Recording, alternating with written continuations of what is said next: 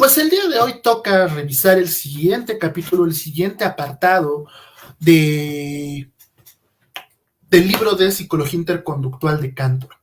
¿Vale? Estamos entrando en la tercera parte del libro, la cual lleva por nombre El sistema interconductual de la psicología, el sistema propio. Y en específico, el día de hoy, vamos a revisar el capítulo 7, el cual lleva por nombre Definiciones, el dominio psicológico. ¿Vale? Este capítulo está muy interesante, la verdad yo esperaba mucho menos. Yo cuando lo leí dije, pues de seguro va a ser un capitulillo ahí como muy teórico o muy filosófico, como otros que ya hemos ido revisando, pero al final quedé bastante sorprendido porque fue un capítulo bastante interesante, fue un capítulo pues muy bueno, por así llamarlo. Y entonces, pues lo primero de los que nos habla es acerca de la psicología y cuál es la área e intersecciones que tiene con otra ciencia. De forma específica, nos dice que una vez que tenemos los límites de una ciencia, podemos observar puntos de intersección con otras ciencias y en consecuencia podemos cooperar con ellas. Para Cantor esto es primordial y Cantor lo ha repetido a lo largo de los diferentes capítulos del libro. Tenemos antes que nada definir a la ciencia. Tenemos que definir a nuestra ciencia, qué es lo que vamos a hacer como psicólogos. Lo primero que tenemos que hacer como disciplina es definir nuestra disciplina. Definir nuestra disciplina y los límites de nuestra disciplina. Entonces, justo la oración con la que yo creo que Cantor resume perfectamente este apartado es: la especificación de los límites constituye una definición de la ciencia. Como recordarán, este capítulo se llama Definiciones, el dominio psicológico. Y lo que pretende hacer aquí en este capítulo Cantor es definir a la ciencia de la psicología, dar las definiciones pertinentes de esta ciencia. ¿Por qué? Pues para poder observar los puntos de intersección con otras ciencias, poder cooperar con ellas y finalmente desligar este elemento de que nosotros estudiamos algo diferente, algo místico, algo extraño. ¿Vale? Ahora sí, ¿cuál es la naturaleza de la definición científica? Todos recordamos y todos sabemos que Cantor dice que la psicología debe ser naturalista, que lo que define la psicología interconductual según Cantor es que es naturalista. Pues justamente entonces, ¿cuál va a ser la naturaleza de la definición científica? En este caso, las definiciones deben consistir de proposiciones construidas con base en los contactos con los objetos y eventos. Este es un elemento primordial que también se ha mencionado en repetidas ocasiones a lo largo de todo el material. Nosotros, en el momento en el que abstraemos las cosas, siempre debe ser del contacto directo con los objetos y con los eventos. No puedo yo sacar o decir que un contacto es que crearme constructos, crearme objetos, crearme eventos, no. Todo debe de partir de una observación específica con los objetos y con los eventos. No puedo yo andar inventando cosas, no puedo yo andar asumiendo que existen cosas más allá de aquellas con las que estoy teniendo contacto. Entonces, las definiciones como productos, porque la investigación científica tiene productos, que también ya lo hemos checado en capítulos anteriores.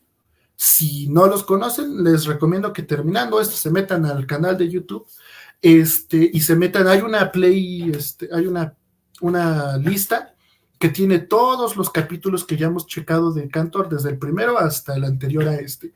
Les recomiendo que se los vean para que vayan viendo todo lo que Cantor nos ha ido mencionando, y entonces aquí ya quedaría, ya estas ya son como las conclusiones a las que se han llegado en los otros capítulos, ¿vale? Pero la ciencia tiene productos, y estos productos a veces son definiciones entendidas como explicaciones, descripciones, correlaciones, etc. Entonces, las definiciones como productos son mejor expuestas como oraciones formales o ecuaciones, aunque no debemos confundir las oraciones o ecuaciones que exponen o se refieren a las proposiciones con las proposiciones mismas. Esto es importante sobre todo para los que hacen matemáticas o cosas así extrañas, ¿vale? Muchas veces asumen que la ecuación representa algo. No, la ecuación es una proposición, ¿vale? La ecuación representa una proposición, pero no significa que la ecuación sea la proposición. No podemos decir que una fórmula matemática sea la proposición. Pensemos en la física, porque es la que tiene mejores ejemplos de esto. Cuando nosotros observamos la teoría de la relatividad de Einstein, no decimos que E igual a mc al cuadrado, esto es la proposición o esto es la teoría. No, lo que decimos es que esta es la representación formal, la representación en una ecuación de una teoría que dice otra cosa diferente.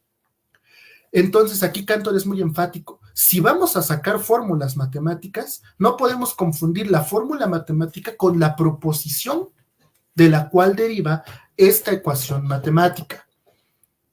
¿Vale? De igual forma, las definiciones científicas no son una simple sustitución de palabras, sino que consisten en descripciones definitivas. Cuando yo defino algo, cuando yo defino un evento, no simplemente sustituyo las palabras de uno por el otro, porque a veces creen, y esto pasa muchísimo en la actualidad, ¿vale? Pasa muchísimo que nosotros decimos, sustitución de contingencias. Claro, lenguaje. No. Sustitución de contingencias. Claro, lo que se conoce como, y quieren a fuerzas ligarlo con otro nombre que tiene ese otro evento. No. Cuando nosotros damos una definición científica, esto no es una simple sustitución de palabras, sino que son descripciones definitivas. ¿A qué se refiere Cantor con descripciones definitivas? Se refiere a que son descripciones que abarcan una gran cantidad de eventos y que pretenden que esta definición específica sea la que nos permita guiarnos en la investigación de un evento. ¿Vale? Por eso no son simplemente sustitución de palabras, ¿vale? Sino que representan en sí mismas descripciones definitivas de un evento. Y por último, dependiendo de la tarea científica que se tenga, las definiciones o descripciones pueden ser más o menos formales y rigurosas, generales y específicas. Cuando yo genero una definición, ¿qué tan formal debe de ser? ¿O qué tan descriptiva debe de ser? ¿O qué tan general o qué tan específica debe de ser? Depende de con qué estoy trabajando, de para qué lo estoy trabajando, ¿no? Hay cosas que a veces son súper específicas, que es decir, que a veces solamente aplican para una cantidad muy definida y específica de eventos. Y hay otras definiciones que son muy generales, tan generales que abarcan para muchísimos eventos. ¿De qué depende, qué tan general o específico, qué tan formal o rigurosa debe de ser una descripción? Pues va a depender de con qué estoy trabajando, de cuánta información hay, de muchos elementos. ¿Vale? Esto de naturaleza de la definición científica, esta diapositiva particular, justamente a lo que hace referencia, es en qué nos tenemos que fijar nosotros para construir definiciones, para generar constructos, para generar estas descripciones de eventos o estas relaciones de eventos. Entonces, pues justo, en resumen respecto de todo esto, las definiciones consisten de proposiciones construidas con el contacto con los objetos o los eventos. Las podemos representar como oraciones formales o ecuaciones, pero una ecuación formal, una oración formal o una ecuación no son una proposición, no son una definición. Derivan de las definiciones, pero no son lo mismo. No son una simple sustitución de palabras respecto del lenguaje ordinario, sino que son en sí mismo una descripción definitiva de cómo vamos a trabajar con determinado objeto o evento. Y finalmente, dichas definiciones pueden ser formales, generales o específicas, pero cómo las definamos va a depender por completo de cuál sea la tarea científica específica respecto de la cual yo esté elaborando esa definición en particular. Y una vez que ya sabemos en qué fijarnos para hacer definiciones, pues hay que ver qué tipos de definiciones hay. En un sistema interconductual, Cantor identifica al menos 5 clases de definiciones, ¿vale? Nosotros podemos definir en 5 diferentes clases los eventos psicológicos o los objetos psicológicos. Primero, podemos definirlos podemos definir a los eventos psicológicos como un objeto de estudio distinto. Esto quiere decir que nosotros estudiamos un área que es independiente por derecho, ¿vale? Que lo psicológico no se reduce a lo biológico, pero que lo psicológico tampoco se reduce a lo social y que lo psicológico tampoco se reduce a nada más. O sea que nosotros tenemos un campo de investigación distinto, un objeto de estudio que no se contrapone con los de las demás ciencias. Esa es la primera definición que tenemos que sacar, la del objeto de estudio. La segunda definición que tenemos que sacar es, tenemos que definir los distintos niveles de descripción obtenidos mediante el análisis de los eventos psicológicos.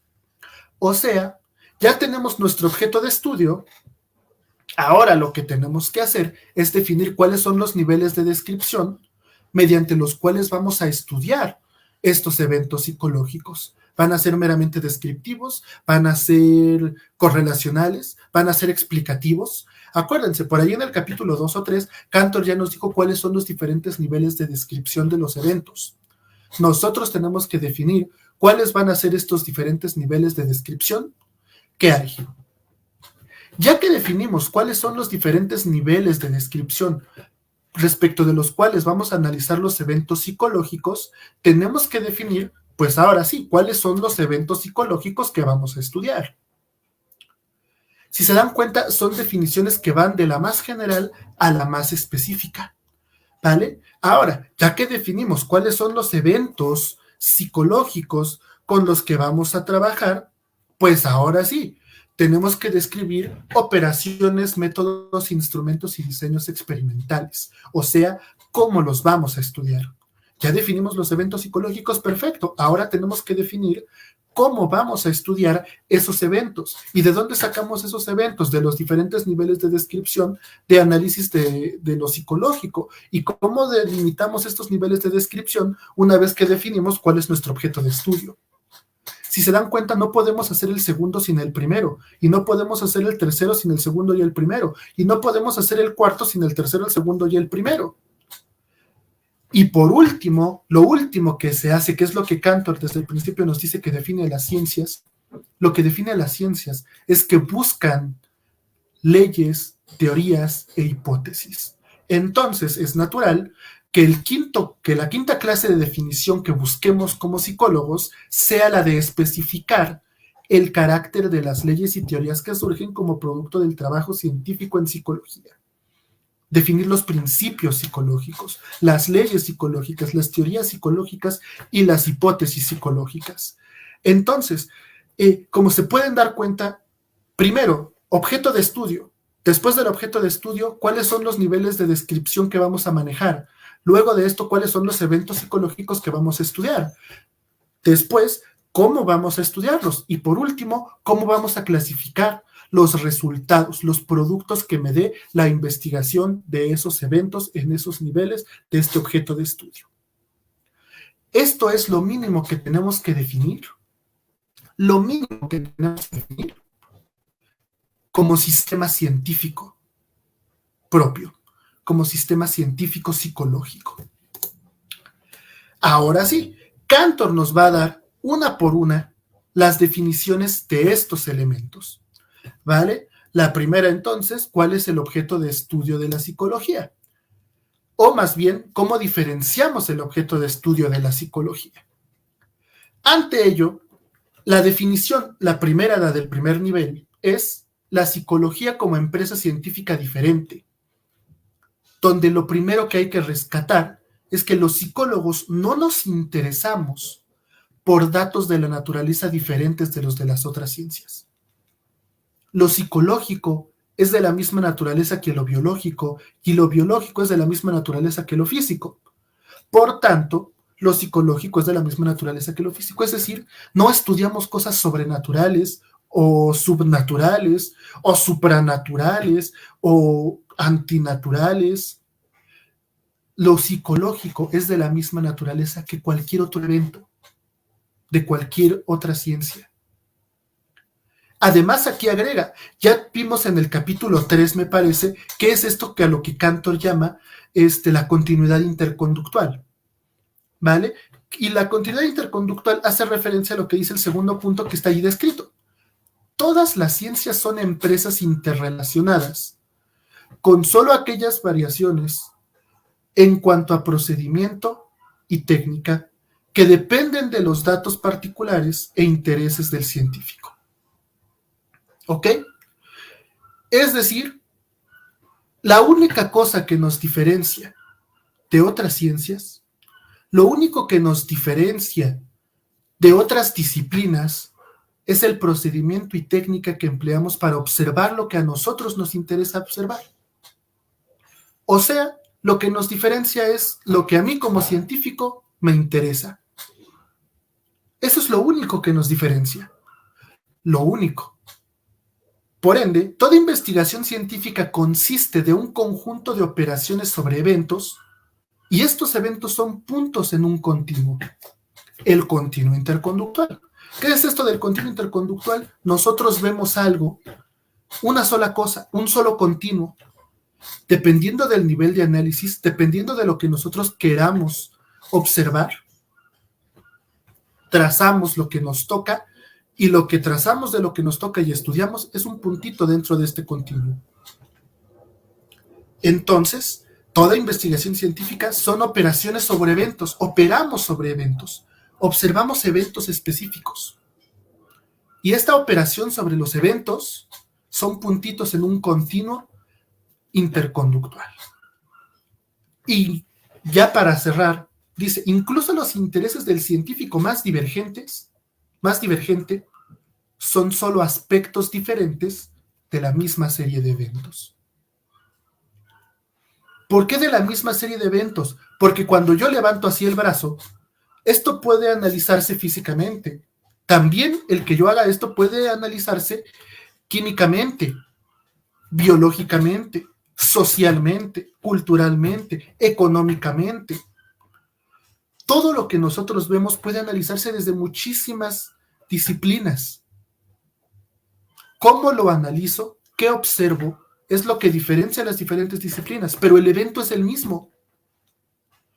Es el mismo evento, pero lo describo diferente, lo defino diferente, lo estudio diferente y llego a conclusiones diferentes de acuerdo con el objeto de estudio que yo tenga. La psicología es una empresa científica diferente, pero no por eso y descorrelacionada o nada relacionada con las demás. Es a esto a lo que se refiere esta primera definición. Si nosotros empezamos a estudiar constructos culturales o el alma o lo teleológico que hay después de la muerte o todas estas cosas extrañas, donde nosotros estamos inventando eventos que no podemos ni siquiera observar ni estudiar de ninguna forma, nos estamos separando, nos estamos distanciando del resto de ciencias. No estamos estudiando los eventos, estamos estudiando interpretaciones que hacemos de los eventos. Y para Cantor esto es algo gravísimo, incluso más adelante lo vuelve a condenar. Pero ahorita quedémonos con esto. La psicología es una empresa científica independiente de las demás, bueno, con cierto grado de independencia de las demás, con un objeto de estudio propio. Ahora, definición número 2. ¿Qué tipos de eventos psicológicos hay? Si ya Cantor ya nos dijo, ¿cuáles son los eventos psicológicos? Ahora, ¿cuáles son los niveles de descripción con los cuales podemos analizar los eventos? Es esto. ¿Cuántos niveles de eventos psicológicos hay? Para Cantor, 2. Los eventos crudos y los eventos refinados. Los eventos crudos, allí dice que comprenden las adaptaciones originales del organismo a los objetos ambientales, libres de constructos descriptivos formales. Mientras que los eventos refinados, siempre que el científico traslada un evento original al contexto de intereses y actividades científicas, lo dota de propiedades adicionales a las que originalmente poseía. Entonces, los eventos refinados pueden ser referidos adecuadamente como hechos científicos o como datos del estudio y la investigación. ¿Vale? Dos diferentes niveles, crudos y refinados. Los crudos son nada más ver cómo es un evento. Los refinados es darles una conceptualización. En este mismo aspecto, las descripciones de los eventos psicológicos crudos son protocientíficas. ¿Por qué? Porque, bueno, ¿qué es una descripción protocientífica primero? Las descripciones protocientíficas destacan el simple conocimiento de que ciertas clases de conducta existen. Cuando nosotros vamos a identificar un evento psicológico, lo podemos hacer, según Cantor, respecto de dos niveles. El crudo, o sea, ver cómo es el evento, describir cómo es el evento y comprobar que el evento existe. Esto no es científico en sí mismo, esto es protocientífico. O sea, lo protocientífico ya lo habíamos revisado. Cantor nos dice que lo protocientífico son proposiciones que permiten, ahora sí, que se genere conocimiento científico.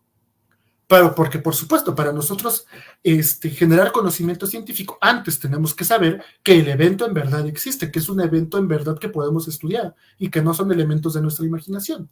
Entonces, los eventos crudos son, mira, si hago esto, pasa esto. Mira, hay una forma de responder particular. Mira, si lo muevo acá, se mueve acá. Aquí algo está pasando. ¿Vale? Esos son los eventos crudos. Las descripciones psicológicas en un nivel de investigación, frecuentemente interesado en sucesos parciales. A menudo se construyen definiciones reduciendo un campo complejo a la acción de un organismo, sin considerar las condiciones estimulantes y contextuales. Cuando nosotros definimos un evento psicológico, no podemos atribuirlo a una parte. No podemos decir, mira, se le movió esto, y ya, quedarnos en una descripción de lo que se movió. Cuando nosotros describimos un evento psicológico, tenemos que describirlo respecto de lo que hace el organismo, pero también respecto de los elementos estimulantes, pero también respecto del contexto, porque todo esto son parte del mismo evento psicológico. Todo es parte de un todo. No podemos parcializarlo. Cantor en el libro pone el ejemplo de la percepción. Dice, por ejemplo, pues en la percepción, dicen, se redujo la percepción a un elemento interpretativo que da el organismo de algo, pero ¿y el estímulo? ¿Y la historia? ¿Y el contexto? ¿Siempre percibimos lo mismo o depende del contexto, depende de la situación o depende de las características del objeto? Pues obviamente depende de las características del objeto y del contexto. No podemos decir que la percepción es nada más lo que la acción de un organismo. Es un evento complejo que requiere de objetos estimulantes, una acción de un organismo y contexto. Pero todo esto es una sola unidad. No podemos parcializarla. Y las descripciones interconductuales ponen énfasis en las funciones recíprocas, estímulo. No es cierto, me salté uno. Las descripciones psicológicas de los eventos refinados suelen referirse solo a formas de ocurrencia. O sea, las definiciones pueden construirse con base en rangos o frecuencias abstraídas sin considerar las características cualitativas de los eventos. Otra cosa de la que hay que cuidarnos cuando describamos eventos refinados, o sea, eventos que nosotros ya caracterizamos con constructos psicológicos para definirlos como parte de nuestro estudio como científicos, no podemos no obviar o no considerar las características cualitativas de los eventos. Esta es una crítica muy fuerte a Skinner. Si ustedes recuerdan, Skinner decía que no había diferencias cualitativas en la conducta, simplemente había diferencias cuantitativas. Y Skinner medía tasa de respuesta, número de ocurrencia de número de reforzadores, cambio en la tasa, cambio en la frecuencia, número de respuestas correctas, tiempo entre respuestas, etc. Para Cantor esto es importante, claro que es importante, pero no podemos reducir los eventos psicológicos a la mera modificación cuantitativa de un parámetro específico. Tenemos que considerar las características cualitativas de los eventos, y desde aquí Cantor ya nos está diciendo, hay diferencias cualitativas entre los eventos. No pueden ser todos los eventos de la misma cualidad. No pueden ser todos los eventos iguales o idénticos. Hay diferencias cualitativas y además de las diferencias cuantitativas, hay que plantear cuáles van a ser estas diferencias cualitativas.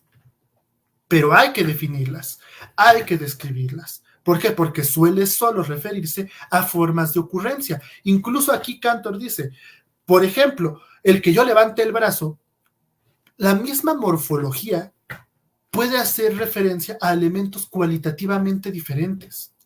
¿Puedo hacer esto? Porque me dio un calambre aquí y entonces hay un calambre. O puede ser que la esté levantando porque quiero participar, porque es la forma en la respuesta que emito para que me den la palabra. O puede ser que estoy haciéndola para poner un ejemplo de un elemento súper abstracto. O puede ser que lo esté haciendo y etcétera. Entonces la misma morfología en términos cuantitativos puede referirse a funciones cualitativamente diferentes. Por eso hay que tomar en cuenta lo cualitativo, no solamente lo cuantitativo.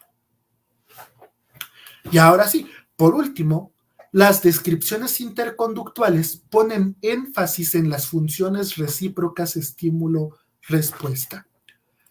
La conclusión de todo lo que acabamos de decir es, ok, nosotros entonces no nos centramos solamente en lo que hace el organismo, ni tampoco en lo que hace el ambiente. Nos centramos en la interacción recíproca, en la interacción, en la función recíproca. Entonces, toda descripción que diga ser interconductual debe poner énfasis en las funciones recíprocas estímulo-respuesta. Ambas, teniendo en cuenta que la función estímulo-respuesta implica lo que hace el organismo, lo que hace el objeto de estímulo y lo que hace el contexto, todo como una unidad. ¿Cuáles son, ahora sí, respecto de la tercera definición, que sería cómo definir eventos psicológicos específicos? Cantor nos pone un buen de ejemplos, ¿no? Dice, a ver, ¿cuáles son los campos psicológicos típicos que se dice que hay que estudiar? Los de discriminación, aprendizaje, motivación, emoción, percepción, razonamiento. Y aquí podemos poner una larga lista de etcéteras, ¿no? Obviamente no puede Cantor definir en un capítulo todos los eventos psicológicos específicos que hay. Por eso yo nada más los puse así como enlistados y no uno por uno con definiciones y todo como lo hace Cantor. Pero aquí en este punto es en el que nosotros elaboramos cuáles son los diferentes eventos psicológicos que va a haber. Vean otra vez. 1. El objeto de estudio de la psicología es único y relativamente independiente del de las demás ciencias. 2. Hay dos niveles específicos o dos niveles en los cuales podemos nosotros observar o estudiar los eventos psicológicos, como eventos crudos, o sea, meramente de forma descriptiva, o como eventos refinados, ya poniéndoles etiquetas que me permitan estudiarlos dentro de un campo específico de la psicología. Una vez que ya tenemos eventos psicológicos específicos, los definimos. ¿Qué eventos psicológicos son los que tengo que estudiar? Y ya que hago esto, sigue el de cómo debo estudiarlos. O sea, definición de operaciones de investigación. ¿Qué hacen estas definiciones de operaciones de investigación? Especifican las características de la investigación y establecen la meta y límites del trabajo científico. Cuando yo digo qué voy a hacer y cómo lo voy a hacer, estoy estableciendo el alcance que va a tener la investigación que haga y cómo lo voy a hacer para saber cuál es la meta y cuáles son los límites, cuál es el alcance de la investigación. ¿Vale? Se han diseñado, ya escribí ahí mal, pero bueno, se han diseñado para descubrir las características de los eventos o los resultados de su manipulación. Yo puedo elaborar una metodología específica por dos objetivos generales, obviamente. Descubrir las características de los eventos o descubrir los resultados de la manipulación de un evento específico. Con base en lo anterior, en un nivel, colocando a los eventos en un nivel crudo, en eventos crudos, o eventos refinados. Las investigaciones, ¿para qué se diseñan? ¿Cuál es el objetivo de diseñar una investigación? Bueno, primero, hay que averiguar si ciertos eventos en verdad ocurren, ¿vale? Segundo, hay que saber cuál es la naturaleza de las clases de cosas, eventos o relaciones. Describirlos, qué elementos están involucrados, qué elementos no están involucrados, cómo son, cómo cambian, de qué depende que cambien, de qué manera. Ahora sí, ya que tenemos los elementos descriptivos, ¿cómo ocurren? ¿Cómo se relacionan con otros eventos, con otros factores? ¿Cómo se relacionan con otros eventos?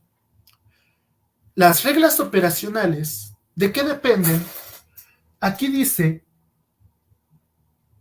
que las reglas dependen de la meta específica de la investigación, de la disponibilidad de instrumentación y de la posición sistemática del investigador. O sea, ¿de qué dependen? De la tecnología existente. ¿Se recuerdan? Skinner tuvo que crear su propia máquina con base en la tecnología existente. Actualmente ya hay muchísimas formas de estudiar 1000 cosas más, ¿no? Y de la posición sistemática de investigar, ¿cuál es el evento que estoy investigando? ¿En qué nivel de análisis lo estoy haciendo? Y, pues, ¿qué es lo que me interesa? ¿Cuál es el objetivo que yo tengo? Entonces, ya tenemos la definición del objeto de estudio, cuáles son los eventos, los niveles en los cuales podemos estudiar eventos psicológicos, cuáles son los eventos psicológicos y cómo estudiar los eventos psicológicos. Ya nada más nos falta cómo elaborar, entonces, cómo clasificar los productos, los cuales pueden clasificarse en hipótesis, leyes y teorías científicas. Las leyes consisten, bueno, aquí es importante, que es una hipótesis, que es una ley y que es una teoría. Una ley es un constructo que ordena las actividades investigativas y resume sus resultados. Obviamente los resultados que existen en común. Las teorías son más tentativas y provisionales que las leyes. Y por último, las hipótesis. Hay dos tipos de hipótesis, generales y particulares. Las hipótesis generales son teorías tentativas que esperan validarse. Entonces, una teoría es una hipótesis validada. Y las hipótesis particulares son reglas de operación para puntos específicos de la investigación. Ahora sí, ¿cómo armar? Ahí me equivoqué en una cosa, pero bueno, ¿cómo armar leyes psicológicas? Las leyes psicológicas pueden ser formales, o sea, puramente relacionales, de relacionar elementos de los eventos o relacionar eventos con otros eventos, o concretamente descriptivas, una descripción de qué pasa, ¿vale? Así pueden ser las leyes. Las leyes concretamente descriptivas pueden basarse en observaciones o en experimentación, que bueno, finalmente la experimentación es un tipo de observación controlada. Las leyes formales pueden ser simplemente descriptivas, o sea, inductivas, o deductivamente relacionales, o sea, pueden salir de la investigación o pueden salir de los postulados que hay respecto de un evento. Las leyes descriptivas generalizan las características de los eventos. Las leyes experimentales son explicativas. La explicación es interpretativa, ya sea extrapolativa o interrelacionaria. O sea, que yo extrapole los hallazgos de una cosa a muchos más eventos o que yo interrelacione este evento con muchos más eventos. Las leyes interrelacionan factores en el campo de eventos o formulan relaciones interdisciplinarias. Las leyes evaluativas que valoran los eventos son selectivas o adscriptivas. Están en rojo, no debería estar en rojo esta que acabo de leer. Debería estar en rojo nada más la que dice, las relaciones interdisciplinarias suelen ser analógicas o reduccionistas, y la que dice, las descripciones típicas pueden implicar necesidad, satisfacción, logro, adaptación y muchas otras imposiciones teleológicas. Estos dos están en rojo porque Cantor dice que estas son las tipos de formulaciones que hay que evitar a toda costa. Hay que evitar que las relaciones interdisciplinarias sean analógicas o reduccionistas. Y hay que evitar que las descripciones impliquen necesidad, satisfacción, logro, adaptación o cualquier tipo de imposición teleológica. En fin, esto es de lo que pues de lo que íbamos a platicar el día de hoy. Espero que les haya gustado, que les haya generado algo. Muchísimas gracias a todos. Pasen una muy bonita semana, muy bonita tarde, muy bonita lo que sea, noche, día, lo que sea en sus casas en este momento, y que les vaya como lo merezcan. Adiós.